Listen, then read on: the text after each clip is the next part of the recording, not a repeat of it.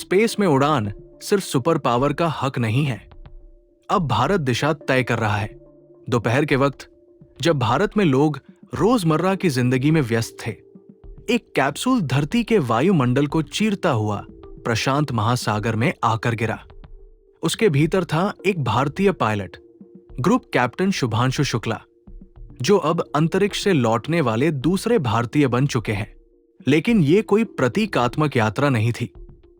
ये मिशन 600 करोड़ रुपए में वो अनुभव और डेटा लेकर लौटा है जो भारत को इंसानी अंतरिक्ष मिशन, गगनयान और आगे चलकर चंद्रमा तक ले जाने वाला है। ये कहानी है एक नए भारत की, जो कभी बैलगाड़ी पर रॉकेट ले जाता था और अब इंटरनेशनल स्पेस स्टेशन तक अपने वैज्ञानिक भेज रहा है। स्पेस में भारत की उड़ान। भारत में दोपहर बीत चुकी थी। एक स्पेस कैप्सूल धरती के वायुमंडल से होते हुए वापस लौटा और प्रशांत महासागर में गिरा। इस कैप्सूल में थे ग्रुप कैप्टन शुभांशु शुक्ला, भारतीय वायुसेना के पायलट और अंतरिक्ष यात्री। अब वे अंतरिक्ष से लौटने वाले दूसरे भारतीय बन चुके हैं। स्प्लैश डाउन हुआ है, पैराशूट खुल चुके हैं, सब सामान्य है और अब हमारे दूसरे crew member Shubhanshu Shukla capsule से बाहर आ रहे हैं और उनके चेहरे पर मुस्कान है। यह भारत के लिए एक बड़ा पल था। पिछली बार जब कोई भारतीय अंतरिक्ष गया था वो साल 1984 था। राकेश शर्मा, जो एक रूसी रॉकेट में गए थे, उस समय भारत की अर्थव्यवस्था नई नई खड़ी हो रही थी। और उसी राकेश शर्मा के स्पेस मिशन के एक साल बाद लखनऊ में शुभांशु शुक्ला का जन्म हुआ। उन्होंने एक नए भारत में आंखें खोली, खुली अर्थव्यवस्था वाला भारत, चंद्रयान मिशन वाला भारत। और अब वही शुक्ला पहले भारतीय बने जो अंतर्राष्ट्रीय अंतरिक्ष स्टेशन ISS पर पहुंचे। ये मिशन क्या था? शुक्ला एक्सियोम 4 मिशन का हिस्सा थे। ये मिशन 25 जून को लॉन्च हुआ और 26 जून को अंतर्राष्ट्रीय अंतरिक्ष स्टेशन से जुड़ गया। ये मिशन एक साझेदारी था।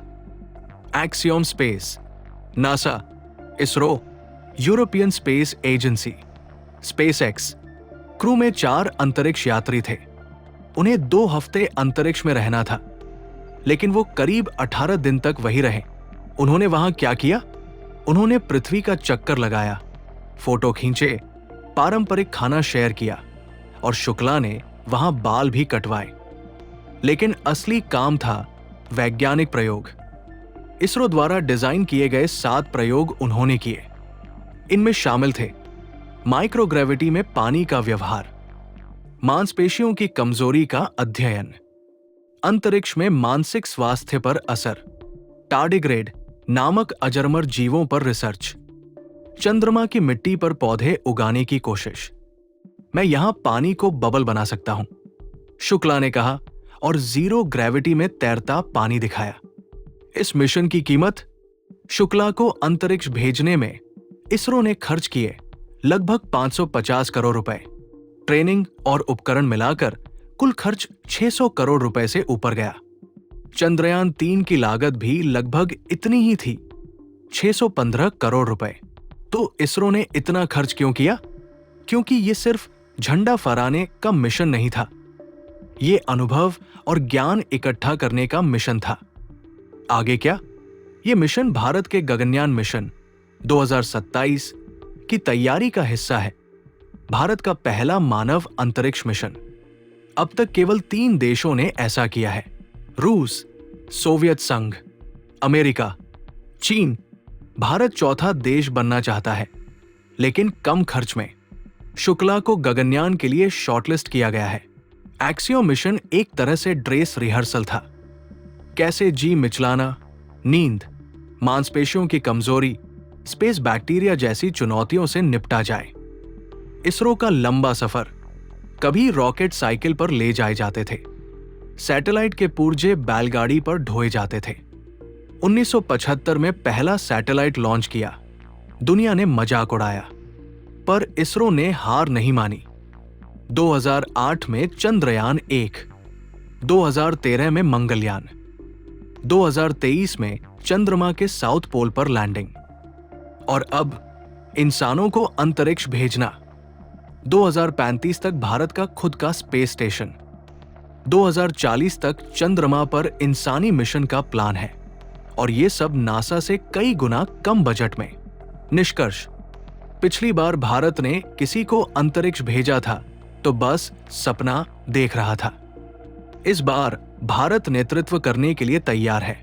शुभांशु शुक्ला की वापसी कोई अंत नहीं, ये तो बस शुरुआत है। अब अंतरिक्ष सिर्फ महाशक्तियों का क्षेत्र नहीं, भारत अब दिशा तय कर रहा है। शुभांशु शुक्ला की वापसी कोई क्लाइमैक्स नहीं, बल्कि एक नई शुरुआत है। ये सिर्फ एक मिशन नहीं था, ये भारत की स्पेस यात्रा में एक ऐसा कदम है जिसने पूरी दिशा बदल दी है। भारत अब सिर्फ सपना देखने वाला देश नहीं, बल्कि वो देश है जो चंद्रमा पर पहुंच चुका है, जो स्पेस स्टेशन बना रहा है और जो मानव को अंतरिक्ष में भेजने के लिए पूरी तरह तैयार है, और वो भी नासा के बजट का सिर्फ एक अंश खर्च करके। और याद रखिए, अंतरिक्ष अब सिर्फ महाशक्तियों का मैदान नहीं है। अब भारत मैदान में नहीं, मिशन में है, और यही तो असली उड़ान है।